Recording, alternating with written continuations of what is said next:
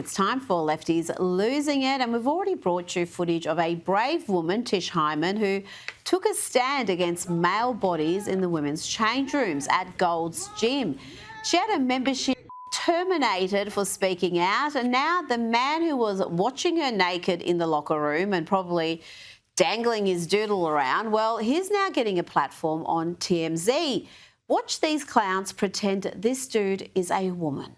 One of the people that Tish says she confronted in the locker room, her name is Alexis Black, and she's joining us now. Alexis, welcome to TMZ Live. Hi. It says female on my ID and hormones, and I mean, I'm registered as a female with the gym. So. And were you at that moment, because she told us about a couple of different encounters, were you fully clothed at that moment? Well, she has become aggressive with me on 4 different occasions, actually at different locations in Los Angeles at Gold's Gym. But fully clothed. I believe I was enrobed in a towel on one occasion.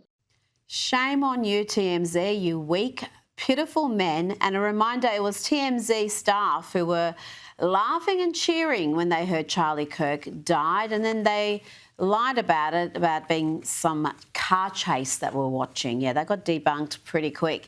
Now, here is something that is going to set off lefties losing it everywhere.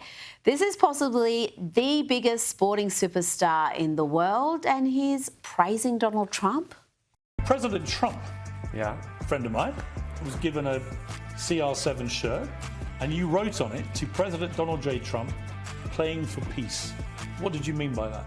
He's one of the guys that can change or help to change the world. Cristiano Ronaldo is too big to be cancelled. Now let's hear from some dude in a dress, some dude in woman's face, getting irate and verbally attacking a woman dressed as a Native American for Halloween. Dude, mind your business.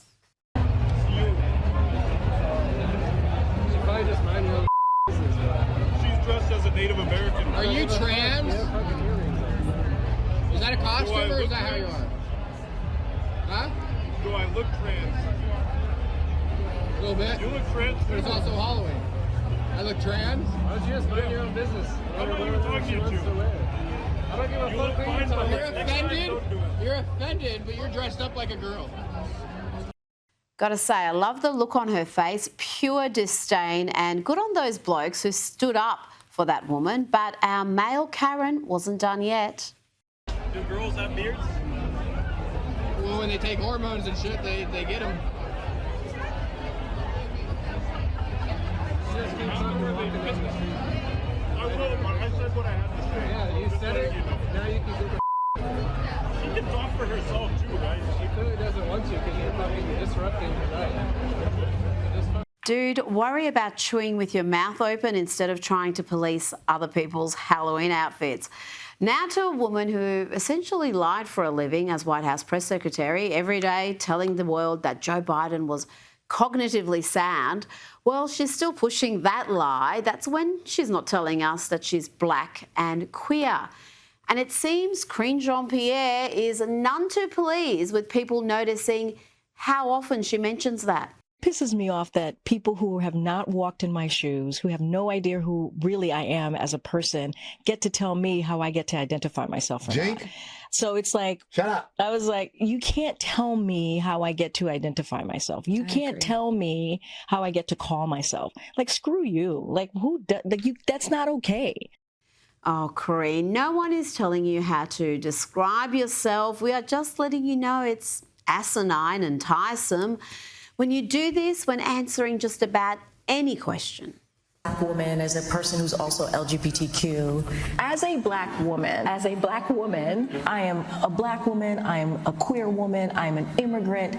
Being a black woman, as a black woman myself, that is the thing that I understood as a Black woman is that I meant a lot to people because of the communities that I represented. And whether it was women of color, Black women, queer community, LGBTQ community, immigrant, and as a Black woman, and I have my queerness too. Now, we've featured many liars and gaslighters on this program, but once again, Jennifer Welch manages to outdo the most objectionable spreaders of misinformation and hate with this latest diatribe on President Trump, who apparently is suffering cognitive decline. This is the left's favourite tactic, accusing their opponents of what they're guilty of. Joe Biden was as sharp as a tack, but it's Donald Trump who has dementia. We have an incompetent, dementia-ridden running the United States of America right now. He is so over his skis. It is so abundantly obvious. Shame on corporate media or any media that isn't covering this absolute mental decline, the likes of which the world has never seen. This person should not have nuclear weapons. He got lost in Japan while the Japanese prime minister was walking him in basically a square. He couldn't follow the instructions. All they do is lie, and it gets better. She then claims that the man who has brokered 8 peace deals in his second term doesn't understand foreign policy.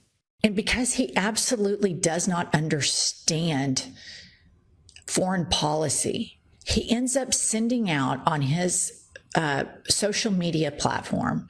And Jennifer Welch was celebrating Zohran Mamdani's big win overnight, but she was upset there were so many white people at the victory party, seriously. And she also had this to say. She said, Americans have no culture. Americans have no culture except for multicultural. Well said. And we need to teach people how to embrace that. These crusty white people need to learn how to embrace it. You know, I've been writing for years about the unholy alliance between the left and Islamists. And sadly for Jennifer, she's too dumb to realise how that will end. Let's have a look at some objectionable lefties, Mehdi Hassan, Hassan Piker, Mahmoud Khalil and Jamal Bowman, regulars on this segment, hugging and carrying on. Sadly for Jennifer, she wasn't invited to this. Mahmoud Khalil is here. Mahmoud Khalil is here. And he voted 5 times. Jamal Bowman. He voted illegally 5 times.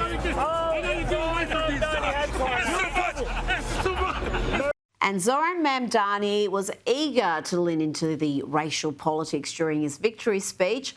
Listen to him just recounting racial stereotypes here. I speak of Yemeni bodega owners and Mexican abuelas, Senegalese taxi drivers and Uzbek nurses, Trinidadian line cooks and Ethiopian aunties. Yes, aunties. And Zohran Mamdani proved to us all that he's not some dangerous commie by starting his victory speech by quoting a commie. Yes, New York, you suicidally stupid lunatics, what have you done? The sun may have set over our city this evening, but as Eugene Debs once said, I can see the dawn of a better day for humanity. For as long as we can remember, the working people of New York have been told by the wealthy and the well-connected that power does not belong in their hands. The wealthy and the well-connected, they're the ones that were backing you, including billionaire George Soros and his failed son, Alex. Talk about unearned privilege and power. Now let's hear from some New Yorkers on why they backed Mamdani. Get ready to be regaled by keen intellects and deep knowledge of politics. Do you support Zohran? Yeah, he seems cool. What makes him ready to be New York's mayor? He sounds like he's like a Power Rangers character, so. I mean, is anybody really ever ready to be mayor? What makes Mamdani qualified to be mayor? I don't think at this point it's necessarily a question of who's qualified. Obama had very little experience and Obama did very well. He's just a really likable guy. What makes him ready to be mayor? I don't know. Why is he ready? I feel like he's like answering. It never really takes like the most experience. I don't know what it takes to be a mayor, so how can I really say if somebody else is qualified? Yeah, Spanish. Mamdani? Yeah. He's been a rapper. He's about to run a $115 million budget tomorrow. Really, New York, you're almost beyond parody. And talking about parody, how good are these guys? Hey folks, we are Xander and Fee, and we are looking for a seed oil-free roommate to share in our gender-expansive abode in Oakland. Xander is an intuitive fermentation coach, and I am an ancestral fire maker. Xander is gluten-free, so we do not have Wi-Fi in the home. You must be comfortable with guests, as our dwelling is a soft landing pad for decolonial healers and neurospicy artists of all ethnicities. No pets, please, as we already have 6 cats, 4 of whom pee freely. The ideal roommate is unbound by capitalist temporality, as our tantric howling practice keeps us up late into the night, especially during high tide. We will be holding a silent open house this Sunday from 3 to 5. Due to Xander's sensitivities, we ask that you show up fasted and fragrance-free. Many blessings. Just kidding. Now let's go to CNN and watch the host here allow Zohran Mamdani to lie without challenge, to muddy the waters about money for the White House ballroom, which is not taxpayer funded, and money for food stamps, which is. Clearly see that Donald Trump is threatened by our campaign. He's threatened by it because, like his, we've diagnosed the crisis in working class New Yorkers' lives, the cost of living. But unlike him, we're actually going to deliver on that. And that is a contrast that he can't bear to see. Because while he is spending $300 million remodeling a White House ballroom, the same amount of money that could provide SNAP benefits for 100,000 New Yorkers, he's trying to make it harder for Americans across the country to actually afford groceries. And this money that we're talking about, it's money that New York City is owed. It's not Donald Trump's to decide which city or state will get what money. This is the money that New Yorkers are owed, and this is the money that we're going to fight for. Zohran thinks Donald Trump is scared of him. Just look how terrified the president is. This is him at the American Business Forum in Miami earlier today.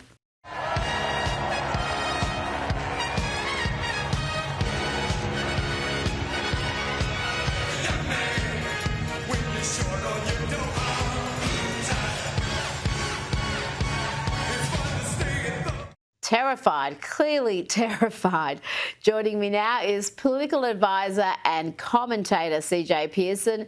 CJ, I want to hear from you about what the Trump administration will do to help persecuted Christians in Nigeria. But let's start with Mamdani, and the president had this to say about a communist taking over New York City. But the communists, Marxists, socialists and globalists had their chance, and they delivered nothing but disaster. And now let's see how a communist does in New York. We're going to see how that works out. And we'll help him. We'll help him. We want New York to be successful. CJ, Donald Trump actually thinks politically this is a win for Republicans. It might be a whole lot of pain for New Yorkers, though, but it will serve as a warning to other cities and states. You know, you're exactly right, Rita. And sometimes the most important lessons learned are the hardest ones to learn. And I think that will be the case that New York City has to endure, unfortunately. But I'll tell you this, what we do know historically is that everywhere that communism and socialism has been experimented with, it has failed. It has been a failed experiment. And so I think President Trump is right on in his prediction. I think the people of New York City will soon realize just what they bought and paid for here. But I got to tell you, as someone from the South, we don't want them to flee and come down south to escape their problems, especially if they're going to bring their politics with them. Yeah, well, that's a good point, because we've already got governors like Governor Abbott in Texas very worried about this. But then other governors like DeSantis in Florida, they're rubbing their hands. They're lowering property taxes, pretty much eliminating them. and just making it even more attractive for New Yorkers to flee there. Yeah, see, my thing about that is, here, if you're going to come, you're a New York Republican who wanted the, low electricity prices, the lower prices overall, but you're a card-carrying Republican, come on down, bring your politics with you, that's fine. My problem is with the people who voted for this nonsense, voted for this mess, are going to realize the consequences of their own actions and then want to flee and get out of town. Because here's the deal about these people. When the going gets tough, these people get going. And where do they get going? To red states. But the problem with them is they bring their politics with them. You don't get to be a political refugee and get to turn the place that you're fleeing to into the place that you fled from. Now, CJ, we saw almost immediately with Mamdani after he won a switch from that lovable, affable, always smiling, all-inclusive, tolerant, friendly commie to a hardline hectoring commie. The mask slipped almost immediately. Even the lefties on CNN noticed that. And Mamdani started his victory speech by quoting a communist, or a socialist if you want to be generous. And this next statement has plenty of people worried. We will prove that there is no problem too large for government to solve and no concern too small for it to care about. CJ, what can you say about that? Conservatives did try to warn these dim-witted New Yorkers that were dazzled by promises of free stuff. We did try to warn them, but again, this is a lesson that is going to have to be learned by the people of New York City, and it's going to be a hard one to learn. It's going to be a painful one to learn, but it's going to be an important one for them to learn. And so I think a lot of people after this election, I hope they learn the definition of what socialism actually is. I hope they learn the history of socialism all throughout the world, because I think if they had known that, the schools had taught that, we wouldn't be where we are right now in the city of New York. Now, yesterday was a poor day for the Republicans. They lost not only New York City, but they lost in New Jersey, they lost in Virginia, and they lost with really decent margins. I guess New York City you can't count because there wasn't even a Republican option there. What do you see as the main reason behind these poor results? Well, I'll say these states are Democrat states. Virginia hasn't had a Republican win, the presidential contest there since 2004. You look at, the state of New Jersey, also a similarly very blue state. I think blue states vote for like blue states. I think there was momentum at certain junctures of the race, but you can't really go against those political headwinds, much, right? And so I think that at the end of the day, I think this is a call to action for Republicans to not rest on our laurels as we approach the midterms, which are going to be a lot more favorable to us. And especially as I think President Trump's economic agenda begins to take shape and take effect, where we're going to see the lowering of prices across the board. And I think the president's message will be simple. It's about affordability. It's about bringing the cost of living in America down so that everyone can afford the American dream. That's how we're going to ensure that we not only grow our majority in the Senate, but also do so in the House. And so I think that it's a wake-up call for Republicans, but I don't think we should read too much into it. Again, these are Democrat states that voted for Democrats. I'm not surprised at all. Well, that is a good point. They are Democrat states, and young women are responsible for much of what we saw in Virginia, New Jersey, New York City. They overwhelmingly backed the leftist options, and women in general, CJ, backed people like Abigail Spanberger for governor of Virginia, while most men voted for the Republican woman, Winsome Earl Sears. And we saw in New York City, women and foreign-born voters really get behind Zohran Mamdani. No, you're exactly right there, Rita. And what I would say to that is that I've oftentimes said that white liberal women will be the death of our republic if we don't get serious about, somehow changing their minds about a lot of these issues. And, what I'll tell you is that after the passing of Charlie Kirk, I saw someone point out the fact that we hope that Erica Kirk will be able to do for young women what Charlie Kirk was able to do with young men. And I think that, if she's able to do that, I think that's how we right this ship. That's how we turn the tide to ensure that we can save this country, because it truly is unsettling what we're seeing among that demographic. And it's not too late now, but it may be in a few more election cycles. So we've got to do the work to reach them where they are. I got to say, I'm really concerned about how this goes as far as societal changes, because you've got young men increasingly leaning right. You've got young women leaning heavily left, so often radical left. How is that going to work? How are these people going to find lifelong partners and spouses when their values are so fundamentally different? Politics isn't everything, but we're talking about consequential issues here. Now, just quickly on Virginia, they did elect Democrat Abigail Spanberger, and she beat a Republican woman, Winsome Earl Sears. And what was really interesting here was Barack Obama campaigning for Abigail against a black woman after he told black men they were sexist for not backing Kamala. And incredibly, the NCAAP campaigned for that Democrat too. That's the National Association for the Advancement of Coloured People campaigning against a coloured woman.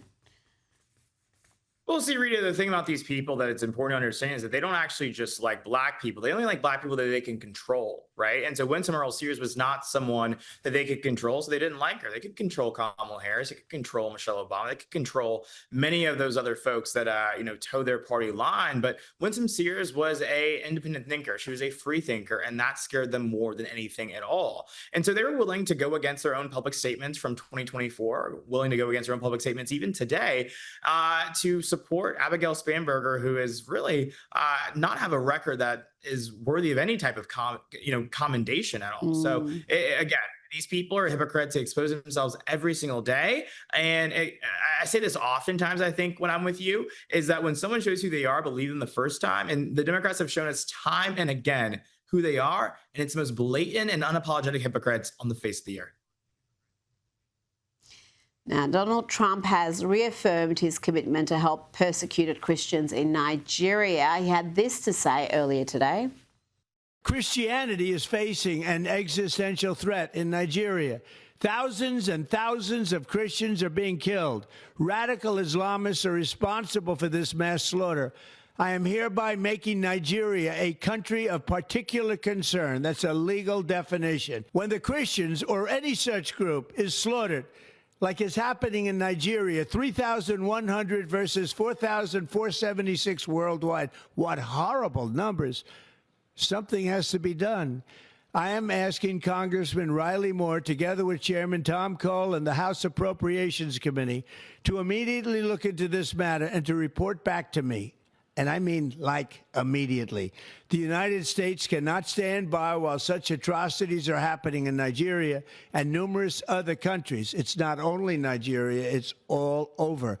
We stand ready, willing, and able to save our great Christian population around the world. This is not going to happen. The killing of Christians is not going to happen. The US will not stand by while such atrocities are happening in Nigeria. You mentioned other parts of Africa. What did you think of that statement from the president, CJ? I think it's incredible to see, him highlight an issue that for a long time has been ignored by the mainstream media on both the left and the right, to be quite frank with you, right? And so I think that to see him standing up for Christians all around the world, we are a nation that is one nation under God. I think this is a testament to that. There is no reason that you should be, a subject of genocide simply because of your Christian faith in any corner of the world. And I think many people in this country stand with our president in his pursuit of ensuring that people are able to freely express their faith, whatever that may be. Now, CJ, The Guardian appears to be upset that Donald Trump has threatened Nigeria with a military strike for this persecution, for the slaughter of Christians. The Guardian claims the US president's remarks about alleged persecution of Christians is seemingly in response to pressure from his evangelical base. I mean, I would have thought it was over the slaughter of innocent Christians, including women and children. I would have thought so too, and I guarantee you if his statements had been about Muslims, they would have had no problem with that. Well said, CJ Pearson. Thank you so much for your time tonight. Good to see you.